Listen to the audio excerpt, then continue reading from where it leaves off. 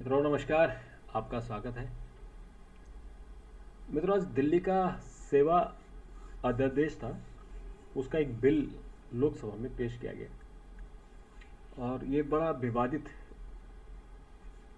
Bill है क्योंकि जब सुप्रीम कोर्ट ने 11 मई को आदेश दिया था कि दिल्ली के अफसरों के ट्रांसफ़र पोस्टिंग का जो काम है वो दिल्ली सरकार का है, यानी ज़मीन एंड लॉ एंड ऑर्डर ये केंद्र सरकार के हाथ में है, यानी राज्यपाल के हाथ में है, उपराज्यपाल के हाथ में है और बाकी जो काम होंगे वो चुनी हुई सरकार करेगी। लेकिन केंद्र सरकार ने 19 मई को एक ऑर्डिनेंस जारी करके सुप्रीम कोर्ट का डिसीजन बदल दिया और उसके बाद से केजरीवाल फिर तमाम जगह जो तमाम विपक्षी दल हैं, उनके मुख्यमंत्री नेता उन सब से मिलने गए तो उनके नेताओं के पास जाके उन्होंने समर्थन जुटाया और अब राज्यसभा में जब बिल आएगा तो कहते हैं कि ये सारे विपक्ष मिलके उस बिल के खिलाफ वोटिंग करेंगे, लेकिन उनकी संख्या ज़्यादा नहीं है, कुल मिलाकर 60-70 है और जबकि एनडीए है उसकी संख्या करीबन 97 है। तो बिल तो रुकने का मतलब नहीं होता है, लेकिन कुल मिला के जो इस इशू को लेकर एक विवाद है कि क्या केंद्र सरकार को अधिकार है। तो आपको बता दें कि जो संविधान का अनुच्छेद 239 ए है, उसमें दिल्ली में जो दिल्ली की स्थापना हुई थी, दिल्ली में एक सरकार के गठन की, वो 1991 में। तो संविधान के 239 डबल ए में ही संशोधन करके एनसीटी दिल्ली गवर्नमेंट का प्रोविज़न किया गया था और उसमें ये प्रोविज़न किया गया क्योंकि ये नेशनल कैपिटल है तो उसमें सारे अधिकार दिल्ली सरकार को नहीं दिया जा सकता है, क्योंकि यहाँ राष्ट्रपति रहते हैं, प्रधानमंत्री रहते हैं, तमाम जो एम्बेसी हैं, फॉरेन कॉन्सुलेट है, वो सब यही हैं। तो इसलिए दिल्ली सरकार को सारे अधिकार नहीं दिए जा सकते। तो उसमें जो एनसीटी एक्ट 1991 है, उसमें उसकी जो धारा 41 है उसमें लिखा हुआ है कि जो अफसरों के ट्रांसफ़र पोस्टिंग वाला मामला है वो कहीं मिसिंग है और सुप्रीम कोर्ट ने अपने आदेश में भी इस बात को कहा था कि जो मिसिंग पार्ट है उसमें सरकार कानून बना सकती है। तो सरकार ने सुप्रीम कोर्ट के जो सुप्रीम कोर्ट का आदेश है उसके हिसाब से संशोधन किया, लेकिन अब उसमें केजरीवाल सरकार उसको एक मुद्दा बना रही है कि सुप्रीम कोर्ट के आदेश को पलट दिया। और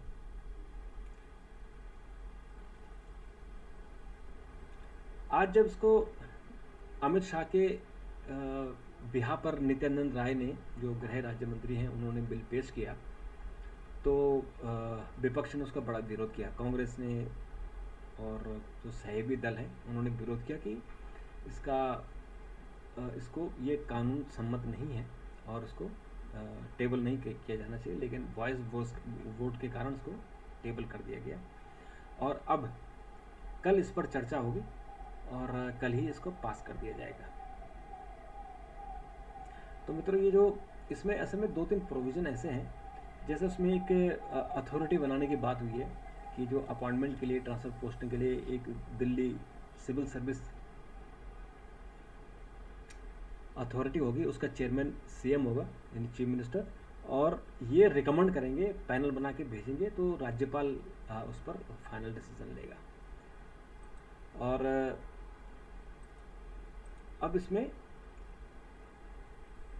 दिल्ली सरकार का कहना है कि अगर सारा डिसीजन उपराज्यपाल ही लेंगे तो उनका क्या मतलब है, वो कैसे इसमें उनका सरकार में चुन के आना, उससे क्या मतलब है। हालांकि जो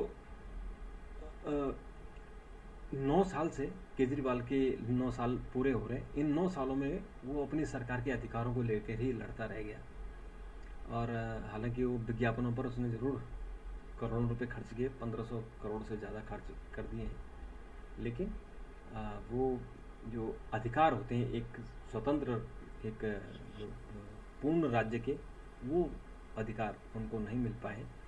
तो ये केजरीवाल की कहीं मन में ज़रूर इच्छा होगी कि जैसे भगवंत मान पंजाब के मुख्यमंत्री बने हैं तो फुल फ्लेज्ड मुख्यमंत्री हैं, किसी से पूछना नहीं है। मित्रों, हरियाणा के मेवात और नूह में जो कल हंगामा हुड़दंग हुआ था, उसमें मरने वालों की संख्या 5 हो गई है। 27 लोगों को हिरासत में लिया गया है और गुड़गांव सोहना में हिंसा फैली है। ये जो नूह में कर्फ्यू है, वहाँ 4 लोगों की मौत हुई है और 11 केस दर्ज हुए हैं और 133 वाहन जलाए गए या क्षतिग्रस्त किया गया। बड़ा भयानक माहौल है यहाँ पर। यहाँ जो एक नफरत है इस मेवात में, उस नफरत को तो दूर करना बड़ा मुश्किल है। सुप्रीम कोर्ट में मणिपुर को लेकर सुनवाई आज भी जारी रही है और उन्होंने सुप्रीम चीफ जस्टिस ने कहा कि मणिपुर में संवैधानिक मशीनरी ध्वस्त हो गई है और कानून व्यवस्था पर उन्होंने कहा कि पुलिस द्वारा हिंसा के मामलों की जांच को सुस्त और बहुत ही लचर बताया है और कहा है कि बेलगाम जातीय हिंसा से निपटने के लिए कानून प्रवर्तन एजेंसियों के तौर तरीके उचित नहीं हैं। लेकिन अब उसमें सवाल ये भी कि जिस तरह से मोब आ रहे हैं, जिस तरह से भयानक भीड़ आ रही है, उस भीड़ को तो कोई भी काबू नहीं कर सकता। कल जैसे हमने मेवात में देखा, उस भीड़, पागलपन की भीड़ को कोई सुरक्षा बल क्या कर सकता है इसमें? या तो उनको गोली से, सबको गोली से उड़ाओ, वो अब लोकतंत्र में कर नहीं सकते। तो इसलिए ये सवाल ये भी है ना कि क्या करेंगे उसका। इतनी भीड़, जो हज़ारों लाखों की भीड़ सड़कों पर है, उसको क्या कर लोगे? अब कितने लोगों को मारोगे? ये चिंता, ये सुप्रीम कोर्ट इस बात को नहीं समझ पा रहा है और उसको समझना जरूरी भी है। मित्रों, हमारे देश की शान हीरो के मालिक हैं मुंजाल, उनके ठिकानों पर ईडी के छापे मारे जा रहे हैं। हीरो ने देश की सेवा की है, देश की इकोनॉमी में बहुत बड़ा योगदान दिया है, हज़ारों लोगों को नौकरियां दी हैं, हज़ारों घरों में हीरो मोटरसाइकिल, हीरो स्कूटर पहुंचा है और उनको प्रोत्साहन और पुरस्कार देने की जगह ईडी के छापे मारे जा रहे हैं। बड़ा दुखद है। केस बनाए जाते हैं, जो हमारी ब्यूरोक्रेसी है, हमारी जो एजेंसियां हैं, जिसको चाहो, कितना दूध का भी धुला हो, उस पर जितने वो केस चाहेंगे उतने केस ठोक सकते हैं। वो जिंदगी भर कोर्ट के चक्कर काटते रहेंगे। इसमें पॉलिटिकल इच्छा शक्ति की ज़रूरत होती है कि कम से कम जो उद्योगपति हैं उनको प्रोत्साहन देना चाहिए। वो देश की इकोनॉमी में बहुत बड़ा रोल अदा कर रहे हैं। पैसा कहाँ डाला, पैसा किधर डाला, किसी की चोरी नहीं की ना उन्होंने।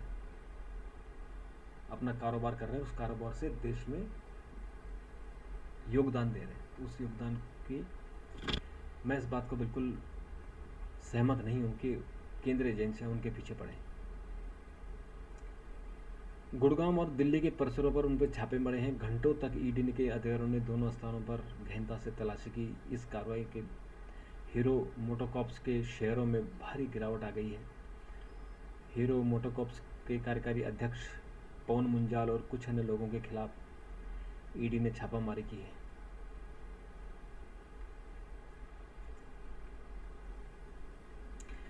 बिहार में जातीय जनगणना पर रोक हटा दी है पटना हाईकोर्ट ने और अब वहाँ जातीय जनगणना हो सकती है। जो चुनावी माहौल था, जो नीतीश कुमार ने शुरू किया था कि हम जातीय गणना करेंगे, क्योंकि ये जो अभी तक जातीय गणना हिंदुस्तान में चल रही है वो 1871 1971 की जो गणना है, और जो जातीय गणना हमारे देश में हुई थी वो 1931 में हुई थी। तो 1931 के आधार पर अभी भी हमारे देश में करीबन 67% ओबीसी हैं। तो नीतीश कुमार का कहना है कि अगर जनगणना हो जाए तो एक्चुअल नंबर आ जाएंगे और जो रिजर्वेशन है वो रिजर्वेशन में बढ़ोतरी हो जाएगी। जैसा भी रिजर्वेशन ओबीसी के लिए 27% है, तो अगर 67% या 70% अगर ओबीसी हैं तो उनको 70% आरक्षण दो। लेकिन ये उल्टा भी हो सकता है कि आप 70% है, इससे मतलब बहुमत में है, तो बाकी लोगों को रिजर्वेशन दे दो और ओबीसी को फिर 70% को ओपन कर दो। ये भी हो सकता है। ओबीसी उपवर्गीय गठित रोहिणी आयोग ने रिपोर्ट सौंप दी है। आज शरद पवार और प्रधानमंत्री नरेंद्र मोदी ने पुणे में मंच शेयर किया। प्रधानमंत्री को लोकमान्य बाल गंगाधर तिलक अवार्ड दिया गया और उसमें चीफ जो गेस्ट थे वो शरद पवार थे और शरद पवार ने उनकी पीठ थपथपाई और उन्होंने कहा कि पहले समारोह में दोनों नेताओं ने हंसते हुए एक दूसरे से बात करते हुए देखा गया। शरद पवार ने मोदी की पीठ थपथपाई। उस समय शरद पवार के भतीजे और महाराष्ट्र के उप मुख्यमंत्री अजित पवार एवं अन्य नेता भी मौजूद थे। मुख्यमंत्री एकनाथ शिंदे व उप मुख्यमंत्री देवेंद्र फडणवीस शरद पवार से हाथ मिलाया, जबकि अजित पवार यहाँ थोड़ी दूर चले गए। शरद पवार की राकापा में विभाजन के बाद मोदी और उनके बीच यह पहली मुलाकात थी। हालांकि पॉलिटिकल दोस्ती, एक दूसरे में दोस्ती होती है, और इस दोस्ती में वो बार बार प्रधानमंत्री से मिलते हैं। प्रधानमंत्री भी उनकी बहुत तारीफ करते हैं, उनकी राजनीतिक सूझबूझ की तारीफ करते हैं। ये तो क्योंकि एनसीपी में तोड़ हुए और उनका जो भतीजा है अजित पवार वो बीजेपी में आ गया है, तो इसलिए लोग ऐसा लगता है कि बीजेपी ने इसमें सारा खेल किया है। हालांकि ये भी हो सकता है कि इसमें शरद पवार कहीं अंदर से मिले हों, अपनी बेटी सुप्रिया सुले को भी उनको एडजस्ट करना है। आज राहुल गांधी आज़ादपुर मंडी पहुंच गए और वहाँ उन्होंने जो मंडी के लोग हैं, जो थोक व्यापारी हैं, किसान हैं, उनसे बात की और टमाटर के भाव भी उन्होंने पूछे। हालांकि इसको लेकर बड़ा इशू बना कि बिना सुरक्षा बलों को बताए राहुल गांधी का इस तरह से जाना ठीक नहीं, वहाँ कोई भी दुर्घटना हो सकती थी, तो राहुल को बिना बताए इस तरह से नहीं जाना चाहिए। मित्रों, ब्रजभूषण के खिलाफ मामला बंद करने का फैसला 6 सितंबर को होगा। भारतीय कुश्ती महासंघ के पूर्व अध्यक्ष और भाजपा सांसद ब्रजभूषण शरण सिंह पर यौन उत्पीड़न का आरोप लगाने वाली नाबालिग लड़की के अदालत में दिल्ली पुलिस की क्लोजर रिपोर्ट का विरोध किया है। नाबालिग पहलवान ने अदालत में बताई ये कैसी लड़की है, खुद ही उसका कह रही है कि मैं नाबालिग हूँ, फिर कह रही है बालिग हूँ, फिर उसका विरोध कर रही है। कमाल है, ये लड़ाई अब कब तक चलेगी।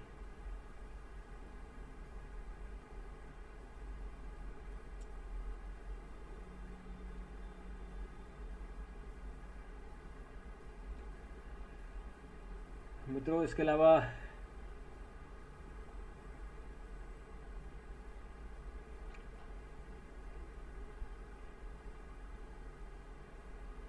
जन्म और मृत्यु प्रमाण पत्र संबंधी बिल को लोकसभा में मंजूरी दे दी गई है। जन्म एवं प्रमाण पत्र डिजिटल पंजीकरण और इलेक्ट्रॉनिक निष्पादन का प्रावधान किया गया है, क्योंकि अभी तक फिजिकल कॉपी मांगते हैं। तो अभी नया कानून में संशोधन किया गया है और उसके हिसाब से अब आप उसकी डिजिटल कॉपी भी साथ रख सकते हैं। तो ये सुधार, जो नया टेक्नोलॉजी आई है उसके हिसाब से उचित सुधार है। दिल्ली सेवा अध्यादेश संबंधी बिल का समर्थन करेगा और इससे जो विपक्ष की जो रणनीति है उसको इसमें झटका लगा है। आज मल्लिकार्जुन खड़गे ने कहा कि राज्यसभा में हमें बोलने नहीं दिया जा रहा है, सरकार बोलने नहीं दे रही है, उनका माइक बंद कर दे रही है, इस तरह की बातें लग रही थी। लेकिन अब जो सभापति हैं वो जरूर इस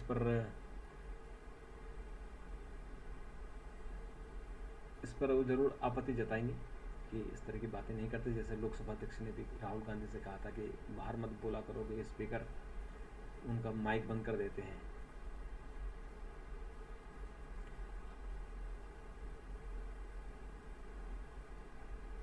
तो मित्रों, आज के लिए इतना ही। कल फिर आपसे मुलाकात होगी, तब तक के लिए नमस्कार, थैंक यू, धन्यवाद।